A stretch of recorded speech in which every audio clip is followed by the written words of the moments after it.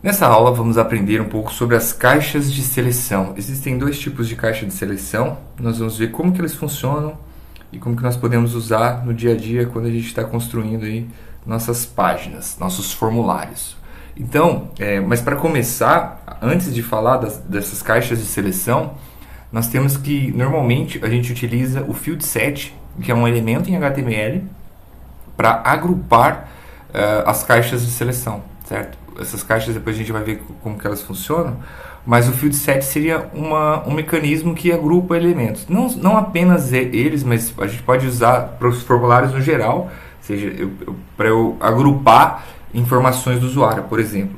Tenho dados pessoais, dados de endereço, dados de cartão de crédito, dados da conta. Então eu posso ter diferentes field sets para guardar essas informações, que como se fossem umas caixas lógicas. Então a gente define o field set e o título do field set é definido por meio de um elemento chamado legend. Okay? Então a gente coloca field set, dentro do field set o legend, que é a legenda daquele field set, certo? E depois a gente coloca os demais elementos HTML que a gente precisa, que a gente deseja colocá-los. Então diante disso a gente vai usar para agrupar os elementos.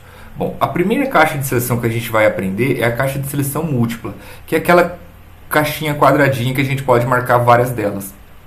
Esse é um elemento que a gente chama de checkbox, certo? E ele é um elemento input também, tá? Então nós vimos que nós temos vários tipos de input e eu deixei esse input para especial, para mostrar numa aula específica, porque eu acredito que faça sentido. É um input que a gente utiliza bastante e ele tem uma abordagem diferente das outras, né? Porque o usuário informa as coisas aqui, ele só marca se está checado ou não, se sim ou não.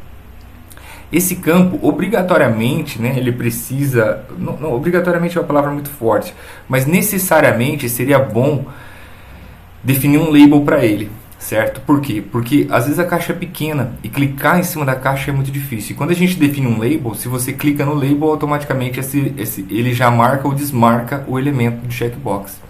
Então, a gente define a input, type, checkbox, e aí define um ID, um nome e um valor. Esse valor é o valor que é enviado quando o item está selecionado. Se o item não está selecionado, nenhum valor é enviado, certo? Então, o valor é o item usado para definir qual o valor que será enviado quando aquele item estiver marcado. O atributo checked, ele é usado para deixar, por padrão, uma caixa já marcada. E aí, lembrando que as caixas de seleção múltipla, nós vamos ter vários checkbox, e cada checkbox pode estar marcado, e o usuário pode marcá-los, independentemente de quantos ele deseja. Isso aqui também o pessoal usa para fazer, por exemplo, desejo receber e-mails, desejo receber spams. Toda vez que você tem uma solicitação de sim ou não para o usuário, essa é uma das formas de usar o checkbox, que é colocando a caixinha e dizendo, olha, você aceita, você deseja receber isso ou não. Aí ele vai dizer se ele quer ou não, vai clicar e marcar sim ou não. Ok? Então essa é a seleção múltipla. Seleção múltipla, checkbox, um input type checkbox. A segunda caixa de seleção é de seleção única. E nesse caso, o nome desse elemento, ele ainda é um input, mas ele é do tipo radio, ok? E aqui a gente tem um pequeno cuidado que tem que ser tomado. Por quê? Porque nós temos vários inputs e apenas um deles poderá ser selecionado. E esse input selecionado, eles têm que ter o mesmo nome, para que ele saiba que dentre todos aqueles, só um vai ser selecionado. E o que vai mudar vai ser o valor de cada um deles. Então eu defino um input tipo rádio, com o nome, opção. E aí eu coloco valor 1. E aí eu crio um rótulo para ele, opção. Aí eu crio um segundo input type rádio, name, opção, ou seja, tem que ser exatamente o mesmo nome para ele saber que ou é um desses dois, certo? E o valor 2. E o terceiro, opção com valor 3. Certo? E aí, então, obrigatoriamente temos que definir o mesmo nome para todos os elementos que estão juntos. Porque daí, se eu vou selecionar um deles, o sistema vai controlar. Quando eu marco um, ele desmarca o outro. Diferente do checkbox. Esse checkbox eu posso marcar todos. No seleção única, não. Então, por exemplo, eu tenho lá, estado civil. Eu marcaria qual estado civil que eu tenho, que eu sou. Não tem como eu ser dois estados civis. Então, eu teria estado civil casado, divorciado, solteiro, viúvo. Aí eu vou marcar lá qual das opções, ok?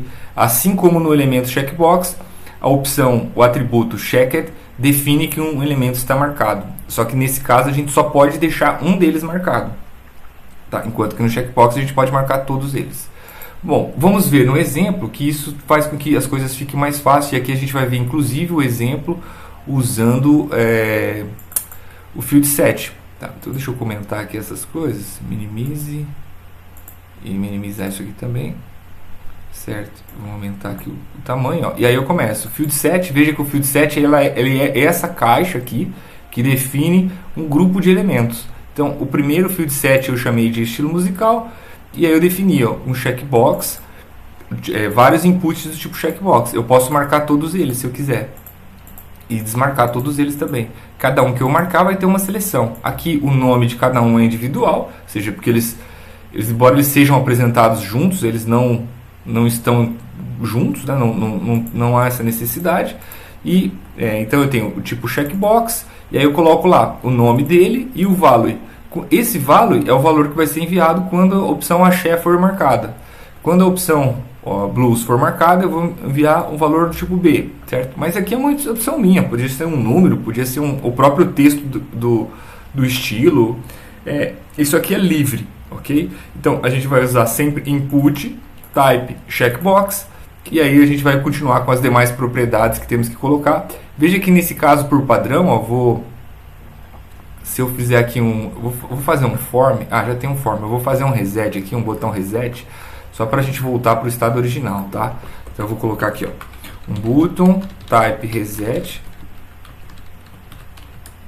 e barra button, limpar, vou colocar aqui, limpar formulário, eu não lembro qual era então eu fiz um botão aqui, limpar formulário, quando eu clico aqui, ele volta para a opção original. Veja que por padrão eu defini que o blues e o rock e tem dois rock aqui. Mas esse rock eu escrevi errado, era forró, né? O blues e o forró, eles já estão marcados, ó. Tá com o campo checked. Aqui também no blues, se a gente for ver, tá checked. Se eu tiro essa opção, ele já desmarca, ok? Ele vai desmarcar porque ele vai rodar isso aqui. Se eu limpar o formulário, se eu marcar todos e limpar o formulário, o que acontece? Ele deixa só os que estavam por padrão checados. Beleza? Bom, então isso é o seleção múltipla. A gente pode selecionar múltiplos elementos aqui.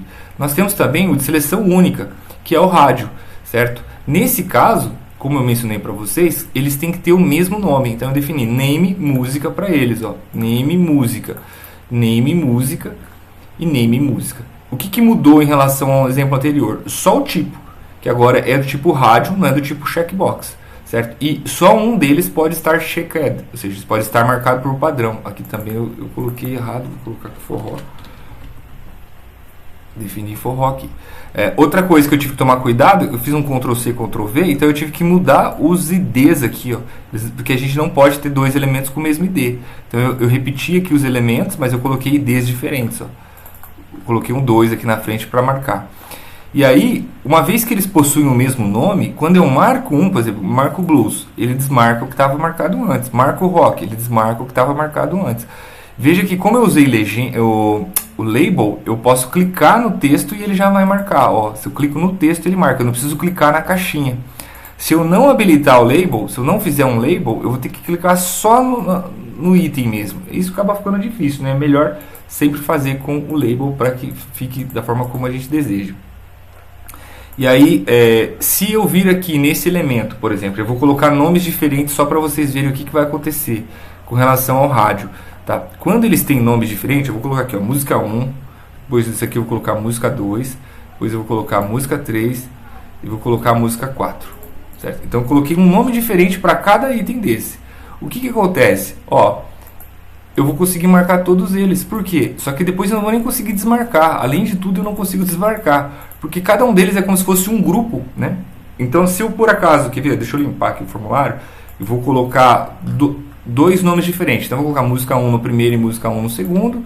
Música 2 no terceiro e música 2 no quarto. Feito isso, o que eu tenho agora? É como se eu tivesse dois grupos de elementos. Ó. Então, eu consigo marcar forró ou rock. Eu consigo marcar blues ou axé. Ó. E eu consigo marcar os dois. Por que isso está acontecendo? Porque eu defini nomes diferentes. Esses dois têm um nome e esses outros dois têm outro nome. Então o ideal é que todos eles, dentro de um field set, todos eles apresentem o mesmo nome. Tá? Para que para que a gente tenha esse recurso, que é o recurso que a gente deseja, que é selecionar os elementos. Opa, aqui, ó, veja que aqui eu estou fazendo alguma coisa errada, ó. Veja que o meu blues está marcando lá em cima, porque eu deixei o ID errado, provavelmente, ó. Label for Blue 2. Então eu tenho que ativar aqui o nome correto. E aí quando eu atualizo aqui, aí sim. Ainda está com o nome errado, né? Não atualizei os nomes aqui, para que ele tenha todos a mesma... agora sim. Agora ele ficou todos com o mesmo nome. E aí a gente tem então esse recurso de poder selecionar cada um deles, ok? Sugiro que vocês façam um teste, criem alguns elementos, certo? Como testando, a partir de um field set, pensem em alguma característica e criem uns exemplos para que vocês pratiquem esse conceito. E até o próximo vídeo.